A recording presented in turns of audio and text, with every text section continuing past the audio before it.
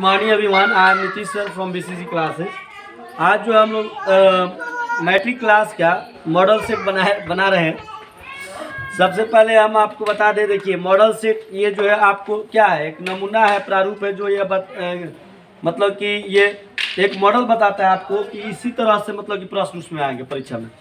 तो देखिए इसमें दिया है कि कुल खंड अ और ब, खंड अ में जो है 100 वस्तुनिष्ठ प्रश्न होंगे, ऑब्जेक्टिव क्वेश्चन। तो ऑब्जेक्टिव क्वेश्चन जो है 100 है और 50 उसमें से आपको रंगना है।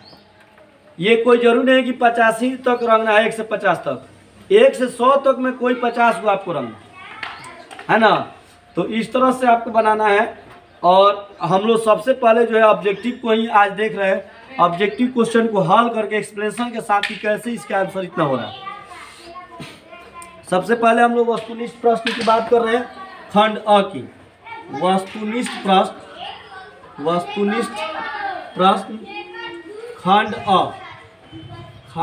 अ सेक्शन ए, इसको इंग्लिश में बोलेंगे। ये जो है प्रश्न 1 से 100 तक, प्रत्येक प्रश्न के साथ 4 विकल्प दिए गए हैं, जिनमें से एक सही है कि नहीं। 50 प्रश्नों के उत्तर दे, अपने द्वारा चुने गए सही विकल्प को OMR शीट पर काला करें या फिर गोला करें, है ना। उसमें क्या करना है, काला या नीला, मतलब काला पेन है तो काला होगा, ब्लू या ब्लैक अलाउ किया। तो पहला क्वेश्चन आपका दिया है कि पहला ऑब्जेक्टिव क्वेश्चन देखिए, मैं लाइन से 100 क्वेश्चन आपको बनवाऊंगा। अभी जो है आज देखते हैं कितना इस वीडियो में हम बना पाते हैं। चूँकि हमारे पास समय बहुत कम है, तो हम आज कोशिश कर रहे हैं जितना बन रहा है उसके आगे फिर जो है नेक्स्ट वीडियो में बना के आपको जो है प्रोवाइड करेंगे। ऑब्जेक्टिव क्वेश्चन अगर आपका 100 में 50 क्वेश्चन आपको रखना है। अगर 50 कोई भी क्वेश्चन, जैसे ऑब्जेक्टिव का कोई भी क्वेश्चन आप सही जवाब रंग देते हैं तो उसमें ना तो आपकी हैंड राइटिंग जांच होती है ना कुछ, उसमें क्या सीधा 1 नंबर आपको मिल जाता है। ऐसा है, कोई नंबर आपका काट नहीं सकता। तो इसलिए जो है इस ऑब्जेक्टिव प्रश्न को बहुत ही मतलब कि बारीकी से तैयारी करना है। ऑब्जेक्टिव क्वेश्चन अगर बढ़िया से आपका बन जाता है तो 50 अंक तो आपके ऑब्जेक्टिव से मिल जाएंगे। बाकी जो है आप 20 अंक जो है सब्जेक्टिव में दीर्घोत्तरीय से और 30 अंक लघुत्तरीय से, जिसमें 2 अंक का एक हो जाएगा, 15 क्वेश्चन आएगा। तो इस तरह से आपका जो है मतलब कि कुछ स्कोरिंग ज़्यादा हो जाएगा। और हम लोग जो है सबसे पहले क्वेश्चन जो है दिख रहे हैं कि 7/20 का दशमलव प्रसार निकालना है। तो यहाँ पर देखिए 7/20 इसका दशमलव प्रसार बताना है आपको। ऑब्जेक्टिव क्वेश्चन दिया हुआ है और इसमें 4 ऑप्शन है, पहला आसान, दूसरा आसान, तीसरा आवर्ती और चौथा इनमें से कोई नहीं। तो हम लोग जानेंगे कि इसका दशमलव प्रसार होगा कैसे जो है दशमलव प्रसार शांत होता है, क्या आपके क्लास में बताया गया है। तो देखिए आपके क्लास का रूल कहता है कि ये जो नीचे इसका हर है 20, इस 20 का हम लोग जो है एलसीएम निकालेंगे 20 का। तो क्या हो जाएगा, 2 10 या 20, 2 5 या 10। अब तो ये नहीं होगा। अब इसके बराबर हम क्या लिख सकते हैं, 2 और 5। तो कह रहा है, आप पढ़े होंगे कि जब आपके किसी भी संख्या के हर के अभाज्य गुणनखंड में 2 और 5 के अभाज्य गुणनखंड शामिल है, तो उसके अभाज्य गुणनखंड में 2 हो, ओनली 2 भी हो सकता है, ओनली 5 भी हो सकता है, या दोनों साथ में हो सकता है, तो शांत होता है। तो हम देख रहे हैं क्या, यहाँ पर इसका 20 का अभाज्य गुणनखंड निकाले तो 2 आया और क्या आ रहा है, 5 आ रहा है। यानी कि यह जो है कैसा दशमलव प्रसार होगा, इसका शांत होगा। शांत का यही प्रोसेस है, आपके क्लास 10th में पढ़ाया गया है कि जिस संख्या का हर के अभाज्य गुणनखंड में 2 और 5 हो, केवल 2 हो, केवल 5 हो या 2 5 दोनों सम्मिलित रूप में 7 में अभाज्य गुणनखंड में शामिल हो जाए तो उसका दशमलव प्रसार क्या होगा, शांत होगा। तो इस तरह से हम लोग इसका पहला का क्या ऑप्शन टिक मारेंगे। इसका पहला का ऑप्शन जो है बी में दिया है शांत, तो हम लोग लिख देंगे बी यहाँ पर है, बी शांत है। तो इस बी को जो है पहला के लिए गोला कर लेंगे ब्लू या ब्लैक पेन से अपने OMR शीट में, ठीक है। अब चलते हैं दूसरा क्वेश्चन देखते हैं। दूसरा क्वेश्चन क्या दिया है, दूसरा क्वेश्चन दिया है कि 2 संख्याओं का मौसम 15 तथा लसव 105 है। तो आपको दिया क्या है, मौसम बराबर मौसम यानी कि महत्तम समापवर्त आपका 15 है, महत्तम समापवर्तक 15 है, और लसव यानी कि लघुत्तम समापवर्त 105 है। तो फिर आपको क्या निकालना है कि यदि एक संख्या इनमें से आपको 5 दे दिया है तो दूसरी संख्या आपकी क्या होगी, ये प्रश्न है, हम केवल प्रश्न को अभी बताए हैं, पूरा लिख नहीं रहे, लेकिन प्रश्न आप समझ पा रहे होंगे। प्रश्न में आपको दिया है कि मौसम 15 लौसम 105, एक संख्या 5 और दूसरी संख्या क्वेश्चन मार्क।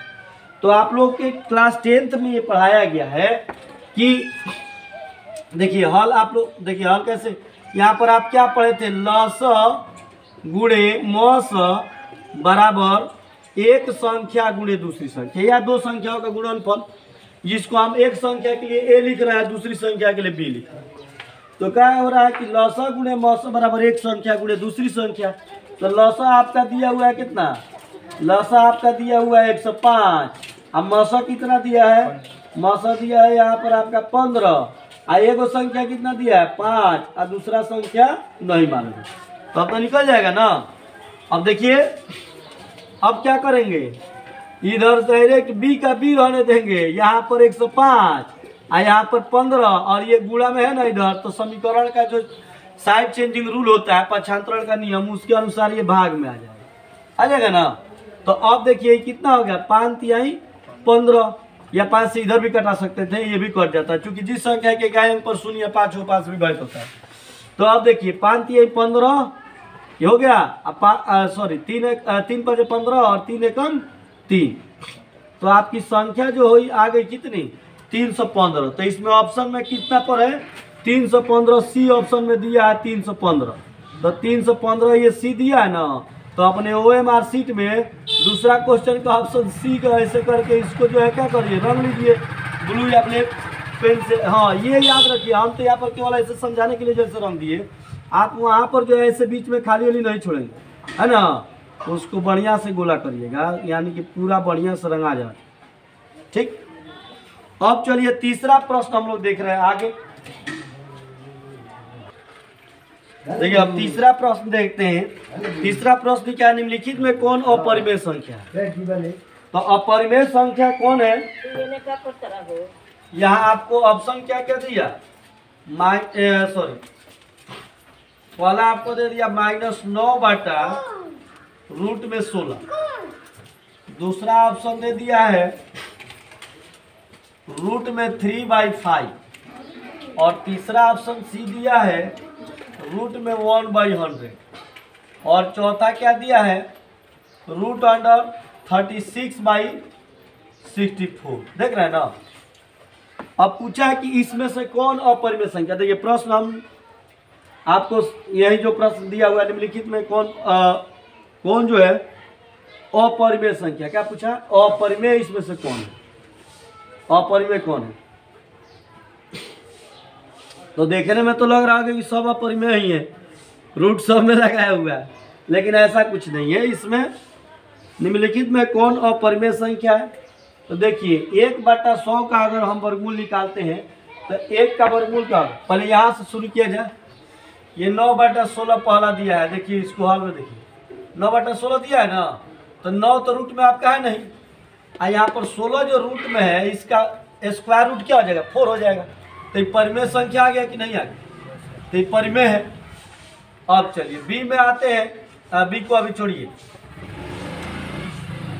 क्या रखिए बी को भी रखिए, रूट में 3/5 है, तो ना तो 3 का स्क्वायर रूट निकलेगा ना तो 5 का निकलेगा, तो ये क्या हो गया रूट में 3/5 हो गया, तो इसका मतलब क्या हो गया, ये अपरिमेय है, इसका नहीं निकल रहा है। अब देखिए सी में क्या हुआ, 1/100 किया, हालांकि हम लोग का आंसर तो यहीं पर आ गया, अपरिमेय पूछा है ना, तो ये हो गया आपका बी ऑप्शन। लेकिन अब रह गई बात कि थोड़ा और आगे देख लेते हैं, कहीं ऐसा नहीं ना है कि इसमें भी अपरिमेय ही हो। तो 1 का वर्गमूल कितना हुआ 1, और 100 का वर्गमूल हो जाएगा 10, तो ये भी जो है क्या हुआ स्क्वायर रूट इसका निकल गया, ये भी परिमेय आ गया। अब क्या है डी ऑप्शन में रूट अंडर 36/64, 64, तो 36 का 6 × 6 यानी 6 से स्क्वायर रूट आ जाएगा, और 64 का 8 आ जाएगा, तो ये भी क्या हुआ, ये भी तो परिमेय संख्या हो गया।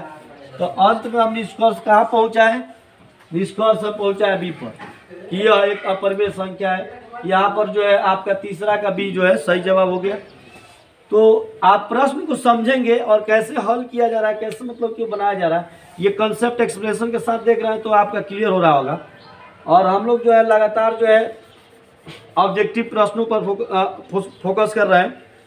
17 फरवरी से आप लोग का एग्ज़ाम है, आज 15 फरवरी है और लगातार जो है हम आप लोग क्लास के लिए वीडियो बनाएंगे। जो भी सब्जेक्ट होगा, जैसे 17 को मैथ है तो पहले आपको मैथ बनाया जा रहा है। इसके बाद जो भी एग्ज़ाम होगा, इसके बाद कौन सा एग्ज़ाम है 17 के बाद? साइंस का। तो साइंस के इसके बाद वीडियो ऑब्जेक्टिव क्वेश्चन अपलोड किया जाएगा। तो आप लोग जो है इसे क्या करें, अधिक से अधिक लाइक करें, शेयर करें, सब्सक्राइब करें और वीडियो को देखें और इसका लाभ उठाएं। आगे देखिए, चौथा प्रश्न क्या कह रहा है कि निम्नलिखित में से कौन, सॉरी ये चौथा ही प्रश्न था जी, ये चौथा ही प्रश्न था।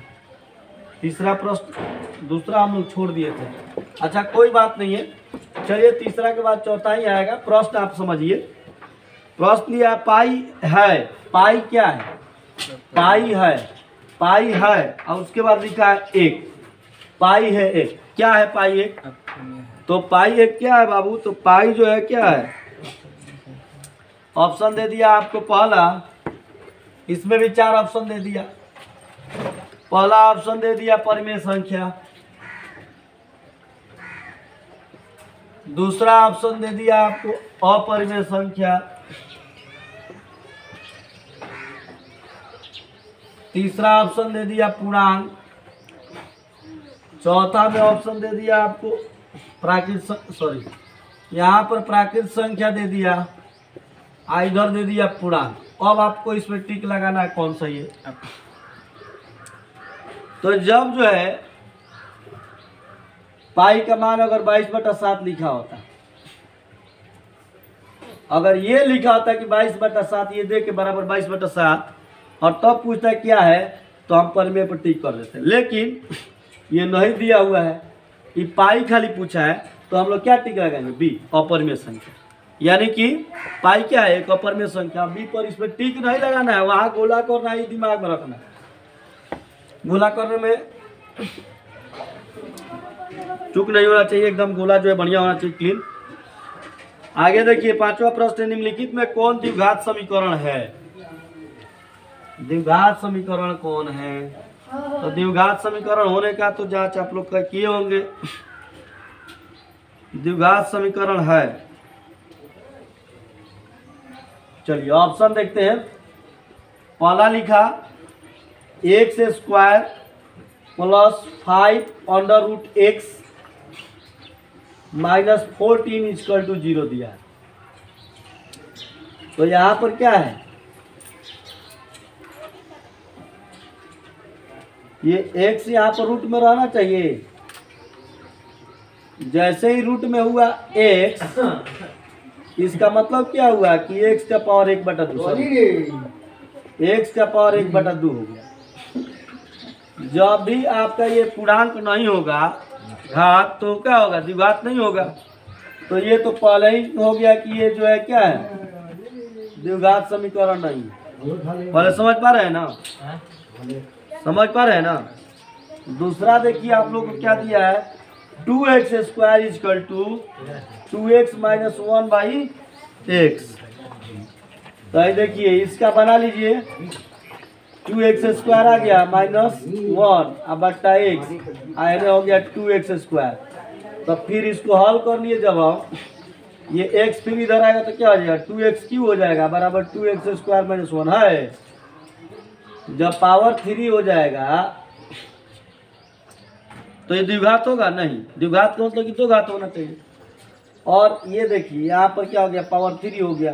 तो इस तरह से पहले इंडिकेशन दे दिया कि हम द्विघात नहीं है, द्विघात समीकरण नहीं। अब ये 3 हुआ, थोड़ा डस्टर दीजिएगा, कपड़ा दीजिएगा।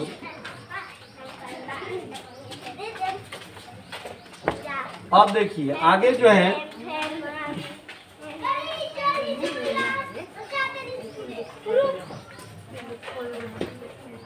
क्या दिया है, ये तो बी तक पता है, बी भी नहीं है। सी में दे दिया कि x³ + 4x + 4। तो पहले ही बताया कि जब q आ गया यहाँ पर पावर 3 हुआ ना, तो ये नहीं है। अब फिर क्या किया, डी में x + 1/x = 2 दे दिया। तो ये है। अब ये कैसे है देख लीजिए, ये क्या हो जाएगा कि यहाँ पर आप इसको एलसीएम भी कर सकते हैं, कोई दिक्कत नहीं। एक्स स्क्वायर प्लस 1/2 कर दिए ना। अब क्या हुआ, एक्स स्क्वायर प्लस 1 बराबर इधर जाके ये क्या करेगा, मल्टीप्लाई कर लेगा। तो एक्स स्क्वायर प्लस 1 बराबर 2x, इधर से आएगा तो एक्स स्क्वायर माइनस 2x हाँ प्लस 1 इक्वल टू 0 कर देगा। अब ये क्या हो गया, क्वाड्रेटिक इक्वेशन हो गया। तो यही हम लोग का द्विघात समीकरण है ना। तो हम लोग का ऑप्शन कौन सा सही है, डी। तो इसको गोला रंग देना। समझ पा रहे होंगे, ये आपको एक्सप्लेनेशन के साथ साथ दिखाया जा रहा है आंसर कैसे हो रहा है आंसर, है ना। केवल टिक नहीं लगाया जा रहा, बनाया जा रहा है कि ये बनाइए, देखिए, चेक कीजिए, ये आ रहा है ना।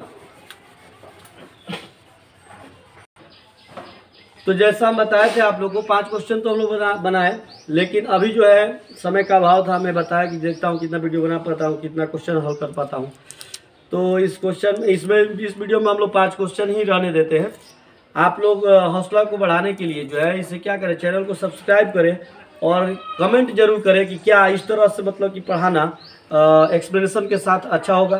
तो इसको जो है और भी जो है क्या किया जाएगा, अधिक से अधिक समय देकर जो है इसको जो है पूरा एक सेट को सॉल्यूशन एक्सप्लेनेशन के साथ किया जाएगा। अगर आप जो है लगातार 2-3 सेट एक्सप्लेनेशन के साथ कर लिए ना, तो आपका 50 अंक तो पक्का फिक्स हो जाएगा। तो इस तरह से जो है आप जो है लगातार मेरे चैनल पर बने रहिए, वीडियो को देखते रहिए। आप सब्सक्राइब के लिए, ताकि न्यू नोटिफिकेशन आपको मिलता रहे। और हम जो है इस पर फिर इवनिंग तक देखते हैं इसका, और आगे का क्वेश्चन जो भी है और वीडियो बनाने के लिए उसका